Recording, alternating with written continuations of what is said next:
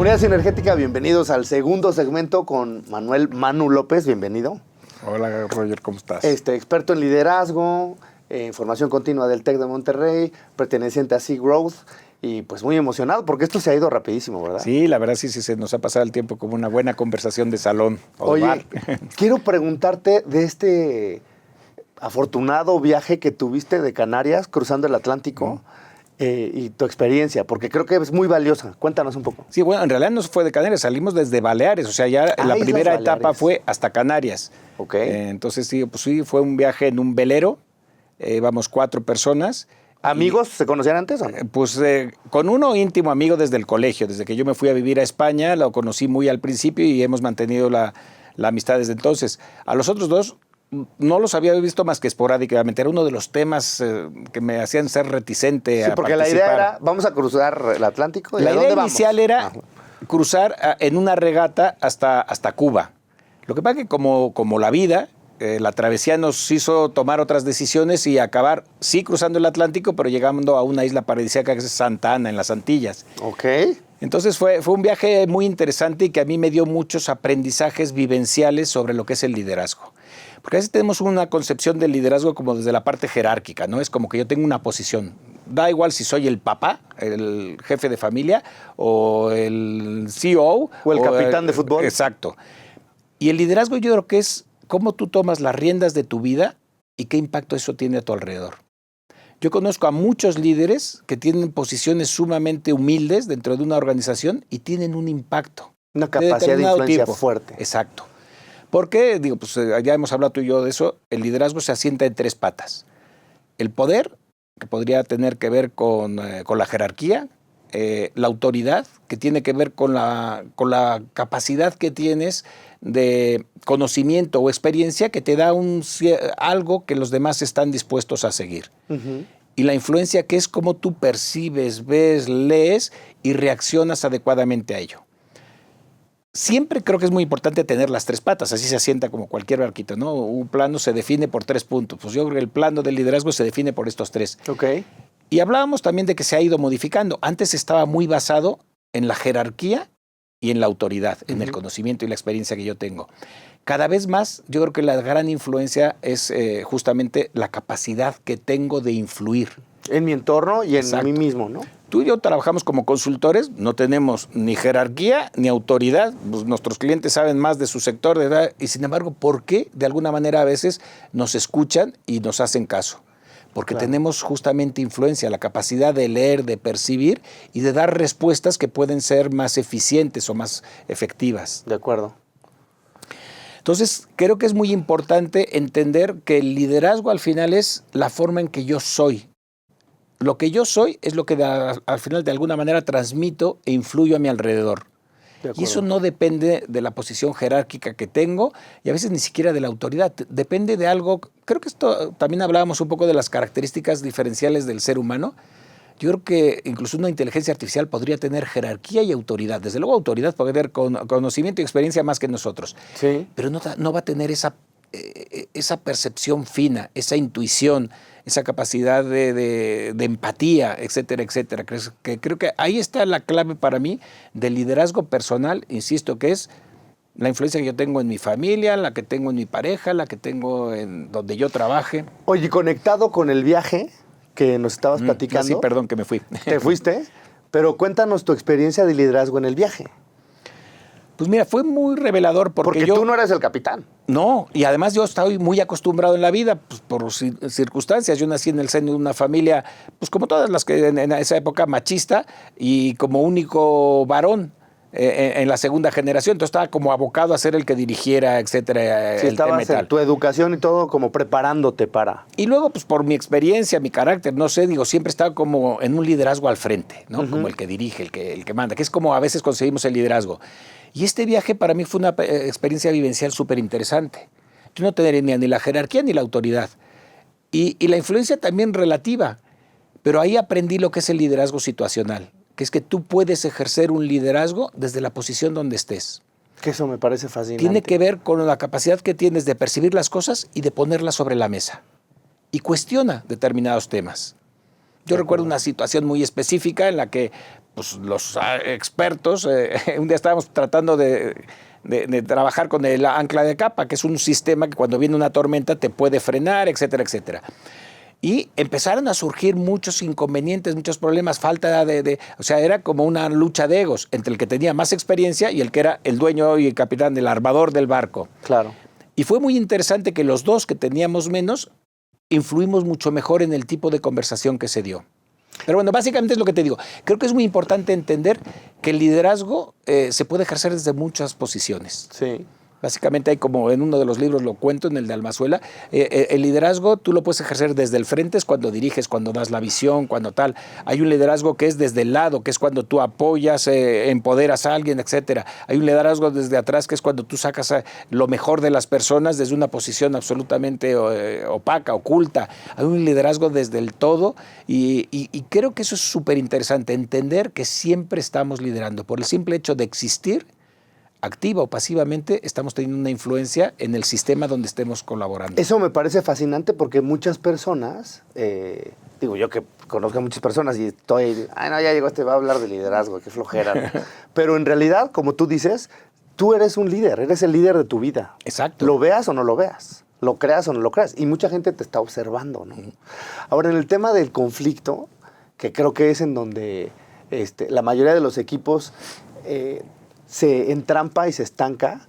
¿Cómo has logrado destrabar este tema de las conversaciones, que es un tema fascinante y que es súper importante? Porque alguien tiene que ceder o tener más prudencia o tener otra perspectiva, ¿no? ¿Cómo influir en eso? A ver, un conflicto, por poner una metáfora, es el equivalente al dolor en el cuerpo, ¿no? ¿Tú quieres tener dolor? No te gusta el dolor, pero pues está bueno que tu umbral del dolor sea el adecuado. Porque si no, yo tengo ahora justamente una coachí que ya van 2 veces que entra de urgencia al hospital porque su umbral del dolor es tan alto que no percibe los temas y de repente pues casi se le revienta una hernia. Entonces, ¿qué te quiero decir? El dolor no nos gusta, pero es útil, es bueno. Tenemos que ver que lo que está diciendo es que hay algo en nuestro sistema físico que no está funcionando. De acuerdo. El conflicto en los sistemas relacionales es exactamente lo mismo que el dolor. Nos está diciendo que algo no está adecuadamente tratado o que hay un conflicto, un problema. Entender el conflicto no como un problema, sino como un aviso de que hay algo que hay que atender, es la primera vía de establecer eso. Es un tema de percepción y mental. Que además siempre va a existir en una relación, ¿eh? Y entender que el conflicto es algo útil, igual que el dolor es algo útil. Luego, cómo lo abordas es donde puede empezar a estar el problema. Sí, esta aproximación al problema y a la resolución del conflicto. Entonces, entender que el conflicto, ¿de dónde nace? De la diversidad. Diversidad de género, diversidad económica, diversidad de opiniones. La diversidad de opiniones, distintos enfoques, etcétera, etcétera. Entonces, entender que la diversidad, en principio, es como una tensión latente que puede llevar al conflicto. No tiene por qué llegar al conflicto, pero puede. Okay. Entonces, percibir esa parte del conflicto como que hay algo inevitable que va a hacer que el sistema tenga que aprender a equilibrarse. Sí, la ley del equilibrio. Ahora, ¿dónde está el auténtico problema para que esas tensiones latentes se manifiesten en un conflicto manifiesto?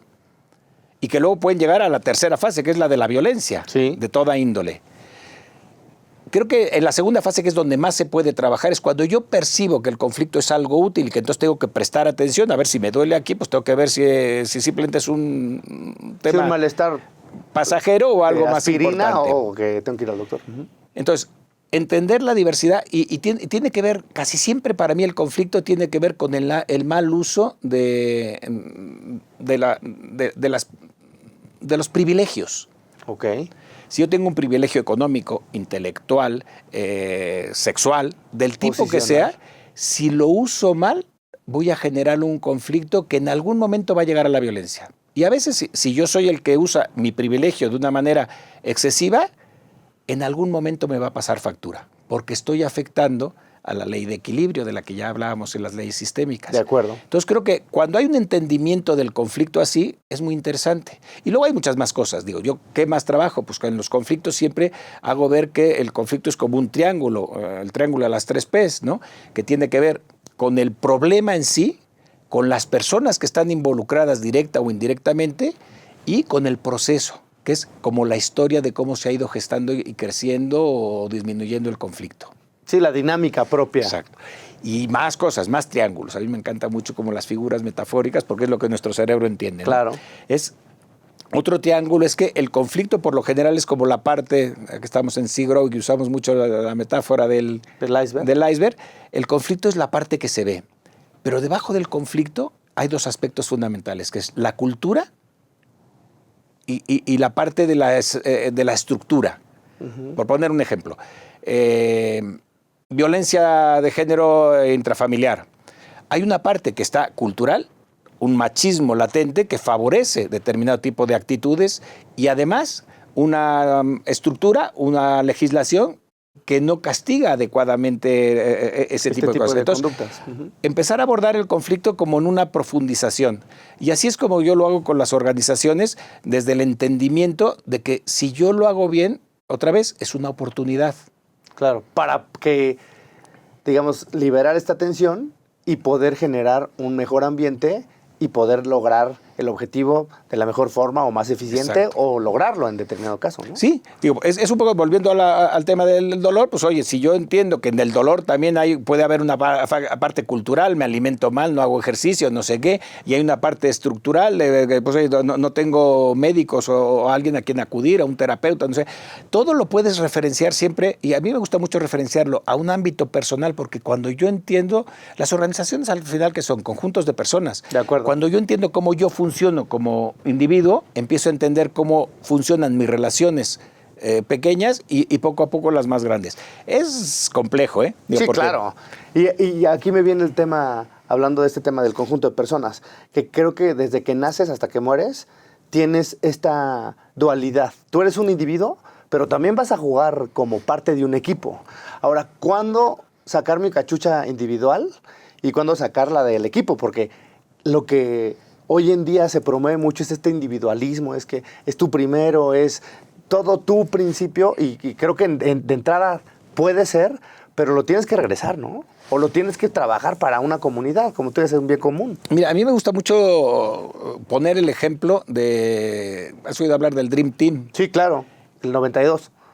32 años, 33 ya, 33 años de que ocurrió. ¿Por qué se sigue hablando de ello? Y ahí había grandes individualidades. Sí. De hecho, ¿cómo se llamaba el coach? Daly, ¿no? Chuck Daly. Sí. Chuck Daly cuenta que cuando reúne a cada uno de esos enormes egos, dice, no, pues el ego de este cuate no cabe en el estadio donde vamos a jugar, ¿cómo voy a hacer yo que ellos colaboren por algo? Entonces, creo que ahí está un poco lo que hablábamos también antes, es tener una visión de algo más grande que yo y yo quiero hacerme partícipe de eso. Pongo un ejemplo muy sencillito. Michael Jordan, soy el wow, el number one del mundo. Entonces, ¿qué es lo que tengo yo que hacer? Tener una visión de que si yo participo en algo más grande que yo, mi agenda personal se pone al servicio de eso. ¿Qué quiero decir? Por ejemplo, cuando ellos crean estándares, primero que hace Chuck Daly, ¿no? Dice, a ver, una visión. Oye, ¿para qué estamos aquí? Pues para ganar. Llevaban sin ganar mucho tiempo las Olimpiadas. Sí. Entonces, ese primer año en el que pueden participar profesionales, ya no eran solamente aficionados. O sea, hay una serie de condiciones que favorecen eso, como siempre. Hay el entorno y la decisión personal. De acuerdo. ¿Qué es lo que hace primero? Crear una visión. ¿Qué es lo que yo creo que hay que hacer como líderes? Estemos en la posición que estemos. Él no era el capitán del equipo, era el coach, el entrenador. Oye, importante también para la gente que nos escucha que esa visión puede ir transformándose con el tiempo. Debe transformarse, porque somos seres orgánicos. Me encanta, debe. Sí. Porque la gente exigimos mucho claridad, pero esa claridad también te la da el proceso y el tiempo, ¿no? Y ahí está donde yo creo que el inicio tiene que ser esa visión. Él empieza, ¿para qué estamos aquí? Para ganar las Olimpiadas. Estaría bueno que si somos los mejores, tenemos más medios que nadie, más experiencia en el país.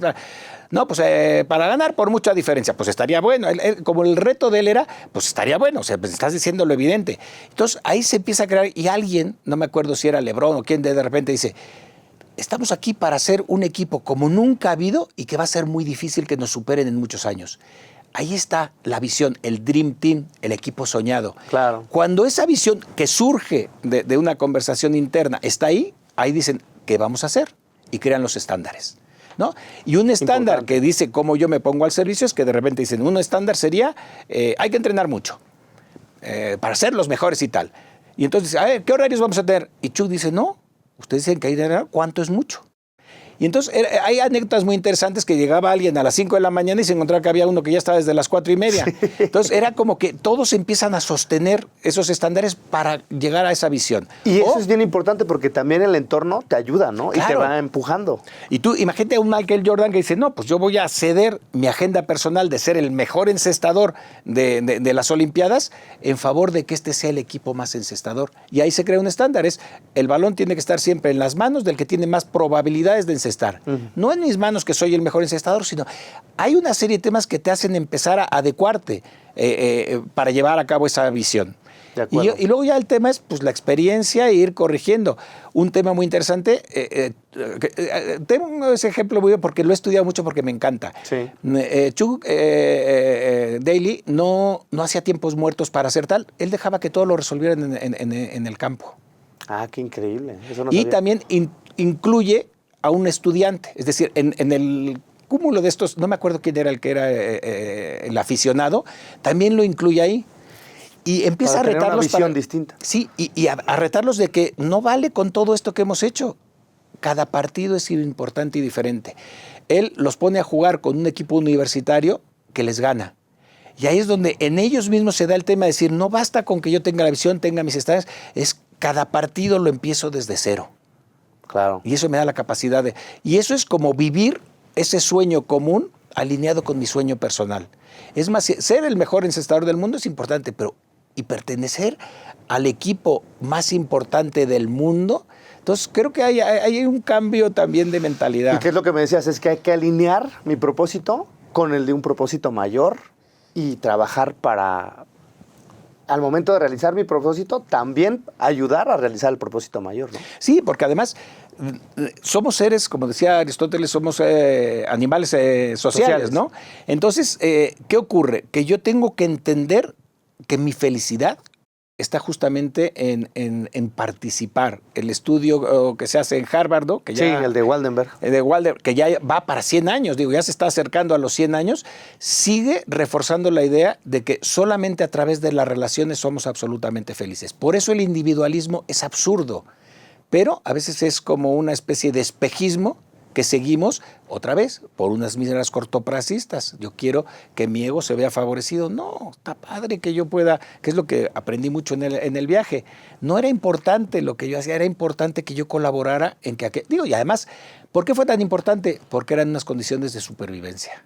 Sí, bueno. Ahí no podíamos. Ahí ya no es, oye, estás bien vestido, estás bien peinado, no hay que sobrevivir, busca el agua, pesca. Exacto, y eso fue lo que me dio mucho aprendizaje. Y al final la vida es un camino, un viaje de supervivencia, pero a veces perdemos esa perspectiva. Totalmente. Manu, muchísimas gracias por esta energía. Es un placer. La verdad es que ha estado padrísimo, se nos fue el tiempo, pero pues en un par de meses te invitamos otra vez. Yo feliz. Oye, cuéntanos de los libros rapidísimo otra vez para quien no vea el primer segmento. Todos tienen que ver con liderazgo de distintas maneras. Uno relata un viaje transatlántico en un velero, otro es la transformación de un liderazgo autoritario, reactivo, egocéntrico, a un liderazgo entendiendo más el bien común y tal, que es el de Almazuela, y los otros dos, que será un tercero, hablan un poco sobre el proceso que vivimos los seres humanos. ¿Qué heredamos y cómo eso de alguna manera nos condiciona? ¿Qué vivimos y cómo la forma en que aprovechemos eso a través de ser absolutamente libres para observarlo de la mejor manera posible nos va a facilitar más alcanzar la felicidad, que es lo que todos aspiramos? Y el tercero será que lo que decidimos es lo que va a determinar que lleguemos a donde queremos llegar. ¿Dónde se encuentran? Pues en Amazon y luego en todas las plataformas de audiolibros, específicamente en Spotify. Ahí están todos en español y estarán en inglés pronto también. Pues Manu López, así lo encuentran, y pues una gozada. Muchísimas gracias. Lo mismo digo, y nos gracias. vemos en la siguiente. Gracias.